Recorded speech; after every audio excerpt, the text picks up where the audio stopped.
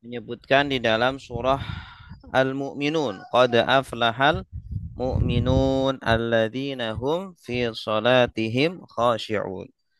Sungguh telah beruntung orang-orang yang beriman, yang mereka khusyuk di dalam sholatnya. Ya, artinya apa? Celaka bagi orang yang tidak khusyuk. Ya, kalau Allah menyebut yang beruntung hanya orang-orang yang khusyuk, artinya kebalikannya. Orang yang tidak khusyuk di dalam sholatnya adalah termasuk orang-orang yang celaka. Ya, pertanyaannya kita dalam sholat sudah khusyuk atau belum? Sudah bisa fokus atau belum? Hanya mengingat Allah. Atau jangan-jangan pikiran kita masih melayang-layang kemana-mana di dalam sholat. Ya. Nah, kalau kita masih melayang-layang kemana-mana, jangan-jangan kita belum termasuk orang-orang yang beruntung, tetapi sebaliknya adalah orang-orang yang celaka. Nah, saking pentingnya sholat khusyuk ini, Nabi Shallallahu Alaihi Wasallam berlindung dari hati yang tidak khusyuk di dalam doa yang sudah sangat terkenal sekali ya. Allahumma inni a'udzubika min ilmin la yanfa wa min qalbin la yakhsha wa min nafsin la tashba wa min da'watin la yustajabu laha. Ya Allah, aku berlindung kepadamu dari ilmu yang tidak bermanfaat, dari hati yang tidak khusyuk. Nah, ini yang kedua, Bapak Ibu. Jadi hati yang tidak khusyuk ini berbahaya sebagaimana berbahayanya ilmu yang tidak bermanfaat ya. Ada ulama-ulama yang ya tetapi tidak mengamalkan ilmunya, ulama-ulama yang ilmunya justru menjadi bumerang nanti di akhirat ya. Di antara orang yang pertama dimasukkan ke dalam neraka adalah ulama yang tidak mengamalkan ilmunya. Nah, begitu pula hati yang tidak khusyuk ini Bapak Ibu. Ya, jadi berbahaya sekali orang yang hatinya tidak khusyuk di dalam sholatnya. Karena sholat khusyuk ini penentu barometer bagi amal-amal yang lain. Ya, nanti amal yang pertama yang akan ditanya di yaumil hisab adalah sholat. Awalu ma yuhasabu bihil abdu yaumal qiyamati min amalihi as-sholah. Awal yang pertama yang dihisab dari seorang hamba dari amalnya adalah sholat. Apabila baik sholatnya, maka baik pula seluruh amalan-amalannya. Sebaliknya, kalau sholatnya itu rusak, sholatnya itu jelek, sholatnya tidak berkualitas, tidak khusyuk, maka amalan-amalan yang lainnya pasti juga lebih lebih buruk dan lebih jelek. Nah, maka di sinilah Bapak Ibu Nabi Shallallahu Alaihi Wasallam sangat berhati-hati dari sholat yang tidak khusyuk, dari hati yang tidak khusyuk. Kemudian juga di dalam surah Toha ayat 14 Allah berfirman, Innani anallah la ilaha illa ana fa'budni wa aqimis salata li dzikri. Sungguh ini Allah, tiada Tuhan selain aku. Maka sembahlah aku dan dirikanlah sholat untuk mengingat aku. Nah, perhatikan di sini ternyata perintah sholat itu redaksinya wa aqimis sholat dan dirikanlah sholat, tegakkanlah sholat. Bukan kerjakanlah sholat. Lah emang beda, beda ya. Kalau mengerjakan sholat ya tidak perlu khusyuk, tidak perlu sempurna, ya kerjakan ala kadarnya saja. Tetapi kalau dirikanlah sholat, artinya laksanakanlah dengan sebaik-baiknya. Lakukanlah dengan sesempurna-sempurnanya. Ya, rukun, syarat, adab-adabnya. Nah, untuk apa sholat? Lidzikri, untuk mengingat aku. Pertanyaannya, selama ini kita sholat mengingat Allah atau mengingat selain Allah? Ya, kalau selama ini kita sholat tetapi hanya mulutnya saja yang berbicara, mulutnya yang melafalkan doa-doa atau bacaan-bacaan, kemudian anggota tubuh kita yang bergerak, tapi pikiran kita tidak sholat, hati kita juga tidak sholat, mikirkan yang lainnya, ya jangan-jangan sholat-sholat yang kita lakukan bukan sholat yang diperintahkan oleh Allah Subhanahu wa taala. Nauzubillah. Makanya Bapak Ibu, ada dalam satu hadis dijelaskan ada orang yang 60 tahun sholat, tetapi tidak ada satupun dari sholatnya yang diterima oleh Allah Subhanahu wa taala. An Abi Hurairah anin Nabi sallallahu alaihi wasallam qol, dari Nabi sallallahu alaihi wasallam beliau bersabda, inna rajula la yusalli sittina sanatan wa ma taqabbalallahu lahu salatan. Ya, sungguh ada orang yang melaksanakan sholat selama 60 tahun. 60 tahun sholat terus nggak pernah tinggal sholat 5 waktu. Tetapi tidak ada satupun dari sholatnya yang diterima oleh Allah Subhanahu wa ta'ala. Na'udzubillahi min dzalik. Nah, kenapa tuh 60 tahun sholat tapi tidak diterima satupun sholatnya? La'allahu yutimmur ruku'a wa la yutimmus sujuda. Barangkali dia menyempurnakan rukunya tetapi tidak menyempurnakan sujudnya. Wa la'allahu yutimmur sujuda wa la yutimur ruku'a.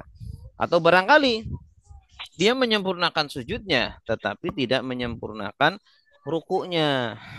Ya, jadi sholatnya itu ala kadarnya, sholatnya tidak pernah diperbaiki, ya, sholatnya hanya menggugurkan kewajibannya saja, sehingga Allah tidak menerima ibadah sholatnya itu, Bapak Ibu.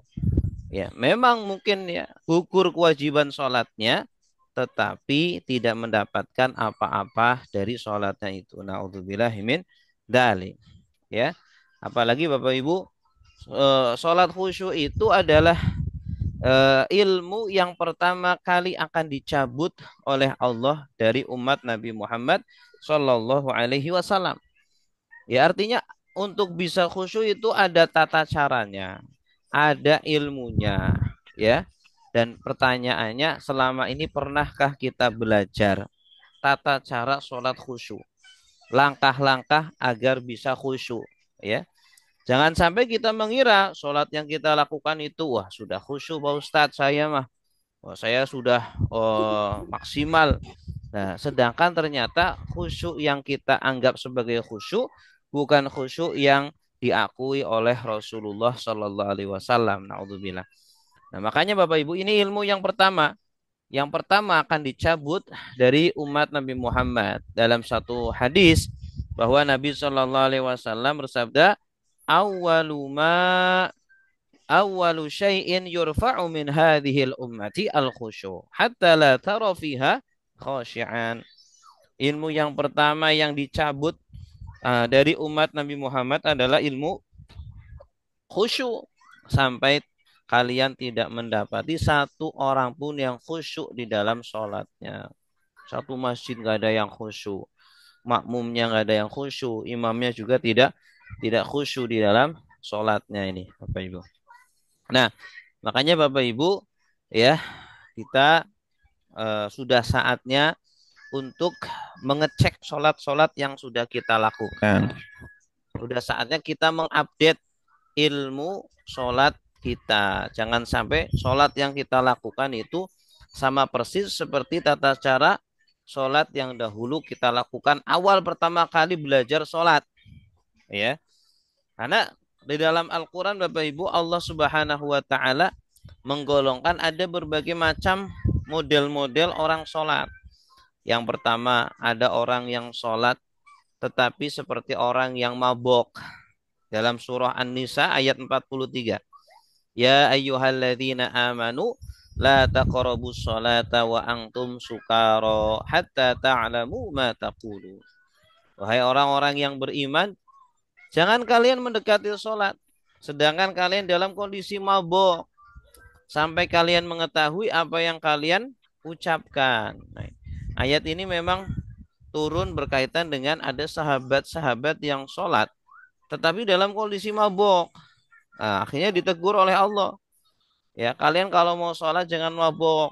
Nanti ketika sholat ngelantur bacaannya. Ya, maboknya setelah sholat gitu ya. Nah, Memang ini asalnya untuk orang-orang yang mabok, tetapi banyak di zaman sekarang Bapak Ibu. Orang yang sholat tetapi mabok, tapi bukan mabok minuman keras, tetapi mabok dunia, ya, mabok dengan urusan-urusannya, mabok dengan bisnisnya, mabok dengan pekerjaannya, dan seterusnya, ya. Nah, kenapa? Karena dia itu tidak paham dengan apa yang dia ucapkan. Ya, kalau kita sholat tetapi belum paham dengan apa yang kita ucapkan, maka derajatnya sama tuh. Seperti orang yang sholat dalam kondisi mabuk. Ya, padahal sholat itu adalah munajat. Sholat adalah diskusi ruhani antara Iya, hamba dengan Allah Subhanahu wa Ta'ala. Ya, kalau kita diskusi itu kan syarat dasarnya Dik. adalah Mana? kita tahu bahasanya, ya, bahasa Ini lawan nggak bicara kita, ya. Ya, kalau kita nggak tahu bahasanya, ya, gimana kita bisa berdiskusi? Ya, jadi kunci Bapak Ibu, ingin khusyuk, kunci yang paling utama pertama harus tahu bahasanya. Harus tahu dan paham apa yang kita baca. Artinya itu apa? Kemudian kunci yang kedua, harus jadikan sholat ini sebagai munajat. Jadikan sholat ini sebagai diskusi ruhani antara kita dengan Allah Subhanahu wa Ta'ala. Yakini betul-betul bahwa ketika kita sholat, Allah ada di hadapan kita. Ya, walaupun sebenarnya sepanjang hayat kita, setiap detik Allah selalu bersama kita, Allah melihat kita, Allah mengawasi kita. Tetapi lebih fokus lagi ketika kita sholat. Ketika kita sholat, yakinilah Allah hadir menyambut kita di hadapan kita. Allah melihat pikiran kita, Allah melihat hati kita, Allah mengawasi seluruhnya, gerak-gerik kita. Ketika pikiran kita melayang-layang kemana-mana, pikiran kita malah memikirkan hal-hal yang lain. Allah itu paham, Allah itu tahu, ya. Maka harusnya kita malu kepada Allah, ya. Harusnya kita segera bertaubat, beristighfar kepada Allah. Maaf ya Allah, selama ini saya sholat, tetapi pikiran saya melayang-layang kemana-mana. Saya sholat, hadir jasad saya di masjid, di musola, di tempat sholat. Tetapi hati saya tidak untuk engkau ya Allah. Pikiran saya tidak untuk engkau ya Allah. Nah ini. Nah ini maka harus diperbaiki Bapak Ibu. Sholat yang kita lakukan ya harus betul-betul sholat yang berkualitas, ya, jiwa dan raga kita ikut sholat. Bukan hanya raganya saja. Kemudian yang kedua, ada model sholatnya umat zaman sekarang adalah sholatnya orang munafik, ya, yaitu mereka yang sholatnya malas-malasan, mereka yang sholatnya cepat-cepat agar segera selesai, tidak mau berlama-lama dengan Allah Subhanahu wa Ta'ala, menganggap sholat ini hanya beban saja, hanya menggugurkan kewajiban saja, gitu ya. Allah berfirman dalam surah An-Nisa, Innal munafiqina yukhadi'una Allah wa huwa khadi'uhum. Sesungguhnya orang-orang munafik ini apa? Hendak mau menipu Allah. Ya, tetapi Allah tidak bisa ditipu. Allah akan balas tipuan mereka. Wa idza qamu ila sholati qamu kusala. Mereka kalau mau mendirikan sholat, mereka malas-malesan, ditunda-tunda sholatnya, cepet-cepet pelaksanaannya, ya. Dan mereka tidak mengingat Allah kecuali sebentar saja. Ya, padahal kalau kita ketemu sama orang yang kita sayangi, kita cintai, kan pengen lama-lama ngobrol dengan dia, ya. Ketemu dengan teman lama, teman dulu sekolah atau kuliah, ya. Ketemu saudara lama, ketemu orang tua, pengennya lama-lama ngobrol, ya. Kenapa kita pengen cepat-cepat selesai dari sholat, seolah-olah tidak mau berlama-lama dengan Allah Subhanahu wa Ta'ala. Padahal Allah lah yang menciptakan kita, Allah lah yang memberikan kita nikmat, rizki, penglihatan, kesehatan, umur, ya, menjadikan tubuh kita itu bisa bergerak, mata bisa melihat, mulut bisa berbicara, telinga bisa mendengar, akal bisa berpikir, ya. Kenapa kita sangat pelit kepada Allah, ya? Sedangkan kita sangat peduli dengan orang lain, dengan dunia kita. Kemudian yang ketiga adalah orang yang celaka di dalam sholatnya. Fawailul lil musallin alladzina hum an sholatihim sahun. Ini. Jangan sampai kita termasuk orang yang sholat tapi mendapatkan celaka dari Allah. Padahal sudah sholat tapi mendapatkan celaka. Apalagi yang tidak sholat. Ya, siapa mereka yang mendapatkan celaka dari sholatnya? Alladzina hum an sholatihim sahun. Itu orang-orang yang lalai dalam sholatnya. Di dalam sholatnya pun masih memikirkan urusan-urusan dunianya. Di dalam sholatnya pun masih memikirkan pekerjaan-pekerjaannya. Apa tidak cukup waktu 24 jam untuk dunia? Ya, Allah hanya minta 5 menit saja, 5 menit. Fokuskan 5 menit untuk Allah. Allah minta 5 menit fokus. 5 menit fokus hanya untuk Allah. Masa kita nggak bisa, ya? Maka celakalah orang yang lalai di dalam sholatnya. Kemudian sholat selanjutnya adalah sholat khusyuk, Bapak Ibu. Ini, ya, sholat khusyuk yang berbekas, ya, artinya sholat yang betul-betul dia jaga, betul-betul yang bisa merubah pribadi dia menjadi orang-orang yang betul-betul sholatnya bisa mencegah dari perbuatan keji dan perbuatan mungkar, Bapak Ibu. Ya, dan inilah yang akan kita pelajari, ya, yang akan kita perbaharui diri kita, ya. Kita reformasi tata cara sholat kita. Kalau selama ini masih melayang-layang, membayang-bayangkan dunia di dalam sholat, ya, mulai kita perbaiki. Kalau kita belum paham apa yang kita baca, mari kita hafalkan sedikit demi sedikit apa yang kita baca. Kalau kita belum bisa merasakan kehadiran Allah, meyakini kehadiran Allah di dalam sholat kita, maka mulai latihan di dalam sholatnya. Insya Allah dengan kita memperbaiki tata cara sholat kita, baik secara dohir dan secara batin, insya Allah Allah pun akan memperbaiki, ya, seluruh amalan-amalan kita. Ya, Allah perbaiki pun seluruh masalah-masalah kita, ya. Allah akan perbaiki semua kondisi-kondisi kita menjadi lebih lebih baik lagi. Baik Bapak Ibu, kemudian bagaimanakah sholat khusyuk itu, ya? Nah, sholat khusyuk itu, ini, ya. Yang pertama tentu prinsip utamanya, ya.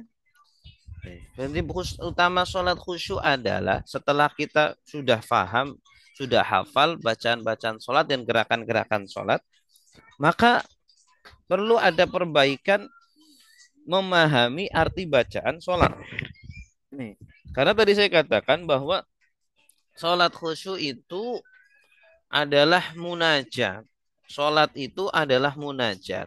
Dalam satu hadis kan dijelaskan bahwa orang yang sholat itu seperti orang yang hakikatnya itu orang yang sedang berdialog dengan Allah Subhanahu wa taala. Orang yang sedang berkomunikasi dengan Allah Subhanahu wa taala, ya. Kalau kita ingin ngobrol dengan Allah, masuklah ke dalam sholat. Kalau kita ingin mendengarkan Allah berbicara kepada kita, maka bacalah Al-Qur'an, gitu ya.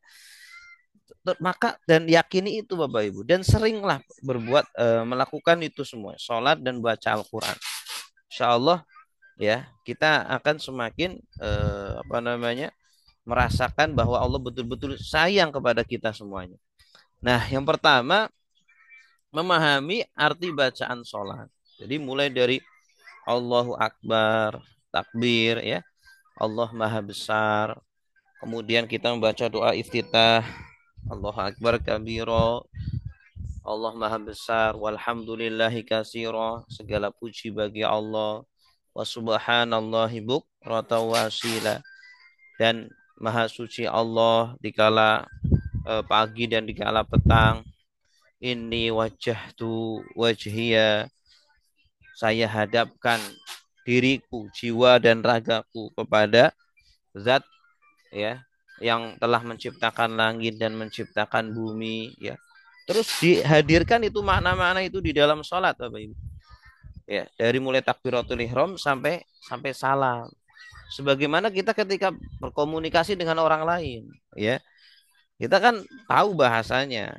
Dia ngomong pakai bahasa Indonesia sama seperti kita. Kita paham.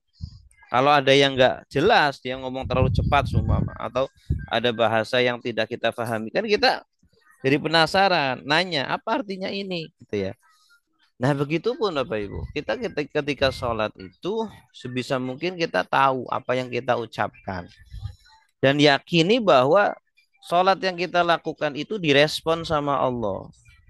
Dalam satu hadis, hadis qudsi itu ya, kan orang yang membaca Al-Fatihah di dalam sholatnya, Allah itu membalas Al-Fatihah kita, ya, merespon Al-Fatihah kita. Ya, kalau kita membaca Alhamdulillahirabbil alamin, segala puji bagi Allah, Tuhan semesta alam, maka Allah membalas hamidani abdi, hambaku memujiku. Kemudian kalau kita baca Ar-Rahmanir Rahim, yang Maha Pengasih, yang Maha Penyayang, nah Allah membalas lagi tuh, hambaku menyanjungku, asna alayya abdi. Kemudian ketika kita mengucapkan Malik Yaumiddin, Allah yang memiliki hari pembalasan, maka Allah pun membalas lagi, majadani abdi, hambaku mengagungkanku. Kemudian ketika kita mengucapkan iyyaka na'budu wa iyyaka nasta'in, hanya kepadamu aku menyembah, kami menyembah, dan hanya kepadamu kami minta pertolongan. Nah, ketika itu juga Allah merespon, ini adalah antaraku dan antara hambaku. Ya, jadi Allah mengatakan, aku sangat dekat sekali kepadamu wahai hambaku.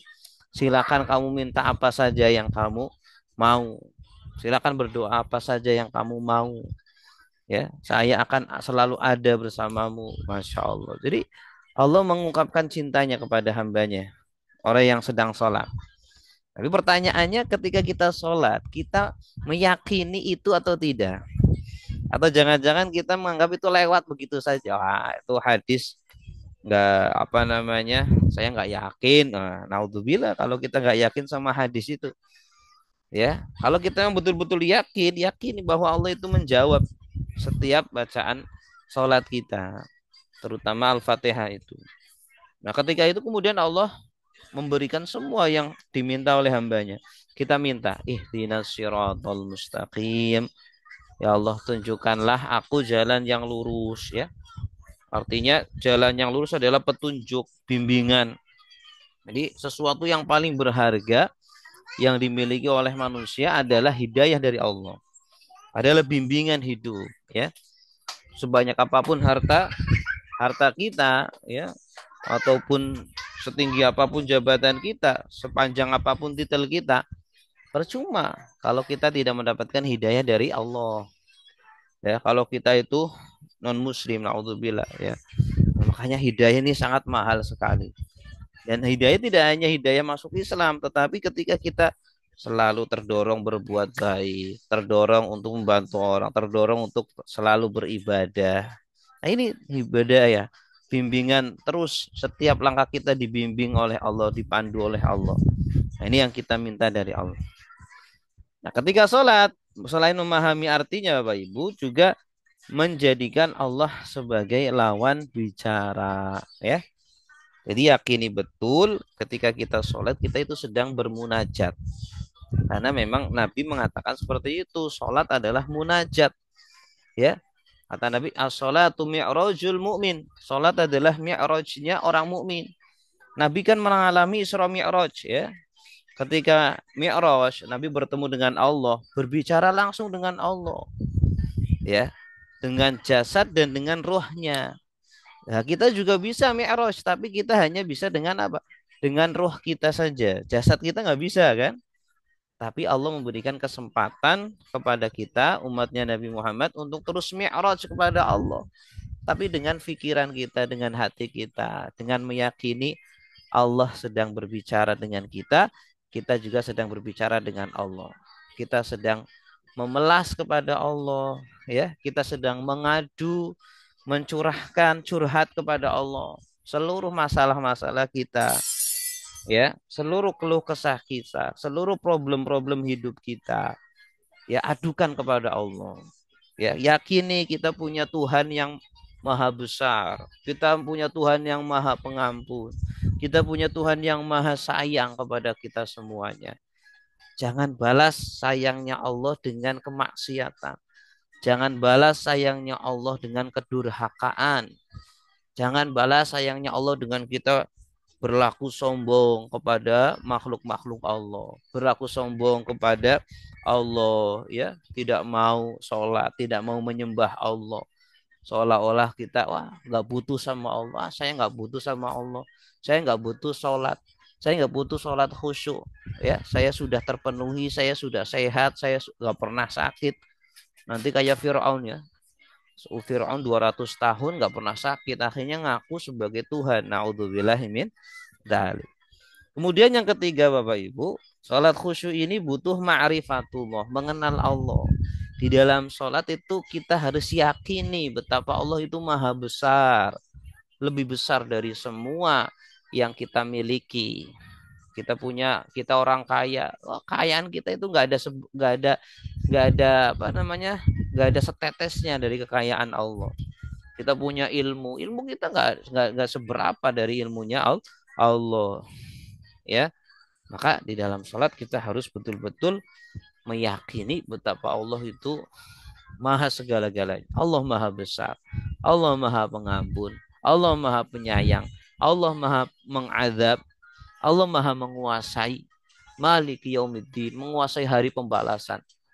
Ya, Allah maha melihat. Allah maha mengawasi. Ketika kita sholat, kita masih belum serius di dalam sholat kita, pikiran masih bermain-main dengan dunia, hati tidak khusyuk kepada Allah. Allah tahu itu semuanya. Jadi yakini itu, ibu, bapak ibu sekalian, yakini ya sifat-sifat Allah yang maha-maha itu. Nah, hadirkan di dalam sholat kita. Kemudian kita ma'rifatul insan, mengenal diri kita. Kita itu hamba yang lemah, ya. Sepintar-pintarnya kita mau menyembunyikan isi pikiran kita, Allah tahu. Sepintar-pintarnya kita mau berbuat jahat, tidak ada orang yang melihat, Allah tahu. Allah melihat, ya. Manusia itu sangat lemah. Sesehat-sehatnya kita sangat menjaga kebersihan, menjaga kesehatan. Kalau Allah berkehendak jadikan kita sakit, bisa sakit. Allah jadikan kena musibah, jadi kena musibah, ya. Maka tidak ada tempat berlindung kecuali kepada Allah Subhanahu wa taala. Yakini betul Allah yang maha besar, Allah yang maha terpuji, Allah yang maha menguasai, Allah yang maha mengontrol, mengurus semuanya, ya. Nah, itu harus dihadirkan Bapak Ibu di dalam sholat. Di setiap detik-detik ketika kita sholat, bacaan-bacaannya, gerakan-gerakannya. Ketika kita berdiri, tundukkan kepala kita, pandangan kita ke bawah, ya. Jangan sampai ada perasaan sombong. Jangan sampai kepala kita sudah menunduk tetapi hati kita terangkat ke atas seperti orang yang sombong. Pikiran kita merasa oh sudah hebat, sudah soleh, dan seterusnya dan seterusnya. Baik Bapak Ibu yang dimuliakan Allah, inilah 4 prinsip di dalam salat khusyuk, ya. Nah, kemudian kita masuk ke bacaan-bacaan salat, ya. Bacaan salat dari mulai takbiratul ihram, ya. Tentu ketika kita mau sholat Bapak Ibu, kalau ingin khusyuk, tentu butuh latihan, ya, latihan sebelum sholat. Dan juga beberapa detik sebelum sholat perlu kita siapkan hati kita. Dari mulai kita berwudu, bersuci, menutup aurat, ya. Ketika berwudu betul-betul hadirkan, ya, kita ingin menyembah, ingin hadir di hadapan Allah Subhanahu wa taala. Ketika kita berwudu, wudulah dengan khusyuk. Basuhan-basuhan yang kita lakukan itu hakikatnya tidak hanya membasuh kotoran-kotoran dohir saja, tetapi membasuh dosa-dosa kita. Sambil kita berdoa, ya Allah, ketika dia basuh muka, ya Allah, semoga Engkau memutihkan, ya, muka ini, membuat bersinar muka ini di hari kiamat ketika muka-muka orang kafir menjadi hitam, ya, menjadi kusam gitu. Ketika kita membasuh tangan, minta kepada Allah, ya Allah, ampuni tangan ini yang suka berbuat maksiat, ya. Ya Allah, jadikan tangan kanan ini yang menerima catatan amal nanti di hari akhirat. Jangan jadikan tangan kiri yang menerimanya, ya. Ketika kita membasuh muka, ya Allah, maafkan mata ini yang suka bermaksiat, mulut suka bermaksiat, mengucapkan yang tidak baik, yang tidak benar. Telinga juga suka mendengar yang tidak halal. Kaki digunakan untuk melangkah yang tidak benar. Nah, ini perlu dihadirkan Bapak Ibu ketika wudhu. Nah, kemudian ketika kita mau takbiratul ihram, ya, perlu kita bertawud kepada Allah, minta perlindungan dari godaan setan. Ya, karena setan itu sangat benci ya kalau ada anak Adam yang bisa khusyuk di dalam sholatnya. Nah, kan udah menjadi barometer, menjadi kunci ya keberhasilan seorang dalam amal-amalnya itu ketika sholatnya sudah benar, sholatnya sudah khusyuk.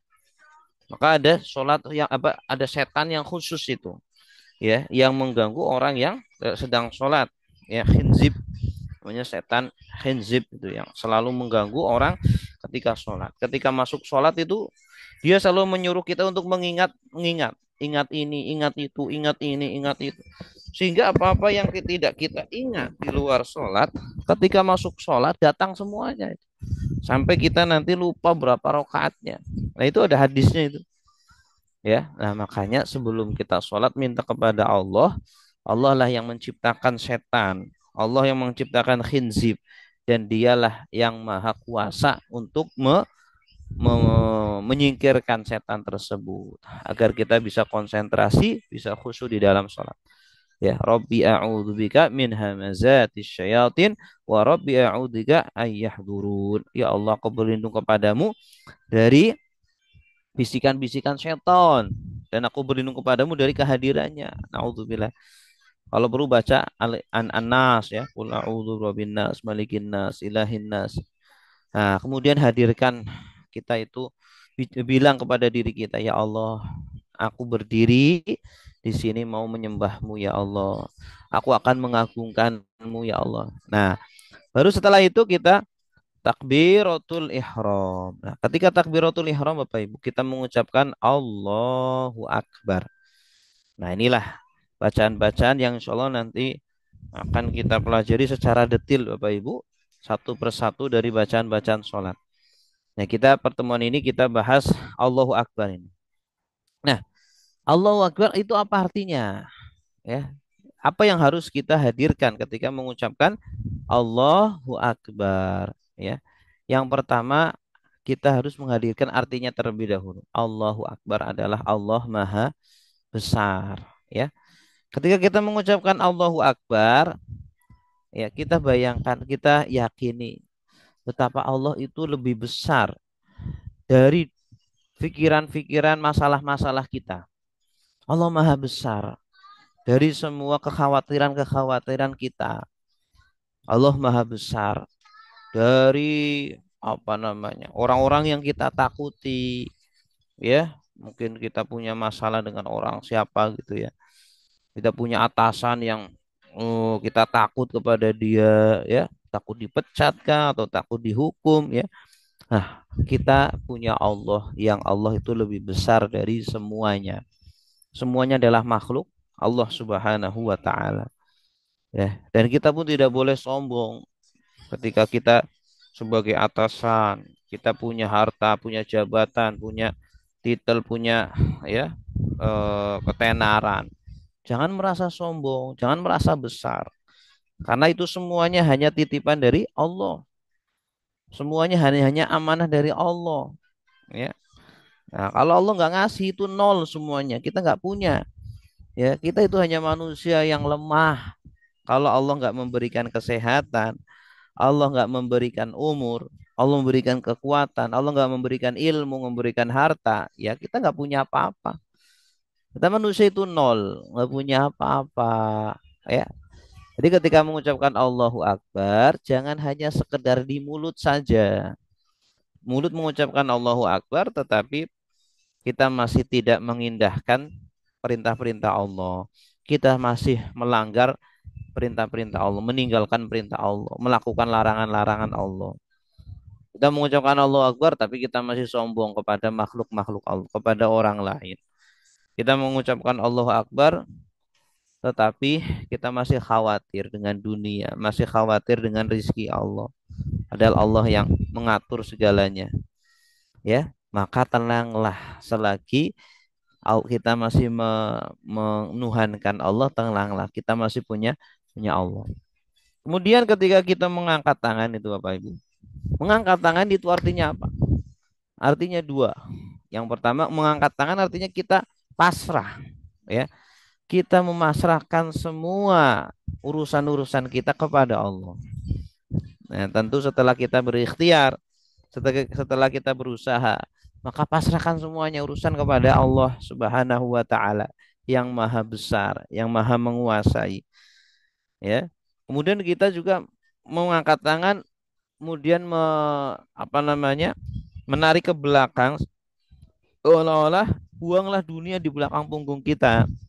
Jangan pikirkan hal-hal keduniaan di dalam sholat. Buang ke belakang. Allah hanya minta 5 menit dalam sholat kita. Ya, tolong 5 menit itu fokus hanya untuk Allah Subhanahu wa Ta'ala saja. Malulah ketika kita sholat. Allah melihat pikiran kita, Allah melihat hati kita. Kalau kita mengucapkan Allahu Akbar, tapi ternyata kita masih memikirkan dunia, berarti Allahu Akbar kita dusta. Allahu Akbar kita hanya di mulut saja. Astaghfirullahaladzim. Itu. Baik Bapak Ibu, inilah tentang Allahu Akbar ya yang kita baca ketika takbiratul ihram. Kemudian ketika juga kita mau ruku, kita mau sujud, kita mau berdiri itu penuh dengan Allahu Akbar banyak sekali ya. Hadirkan setiap takbir makna-makna yang bermakna ya sehingga sholat yang kita lakukan ya betul-betul sholat itu adalah mi'rajul mu'min, mi'rajnya kita pada Allah, munajat kita dengan Allah Subhanahu wa taala. Ya, silakan bermanja-manja di dalam sholat kepada Allah. Silakan curhat seluruh masalah kita, seluruh keluh kesah kita hanya kepada Allah Subhanahu wa taala. Karena dialah zat yang terbaik yang menjadi ya tempat kita bergantung, tempat kita curhat kepadanya. Baik Bapak Ibu yang dimuliakan Allah, itulah yang bisa kami sampaikan. Mungkin sebelum diakhiri ada yang mau ditanyakan, silakan. Silakan.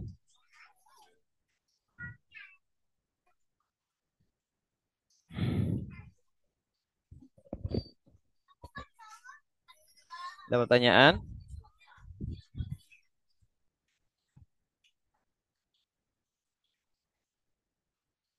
Halo, ada suara? Ada. Ya, silakan Pak Bu, ada pertanyaan?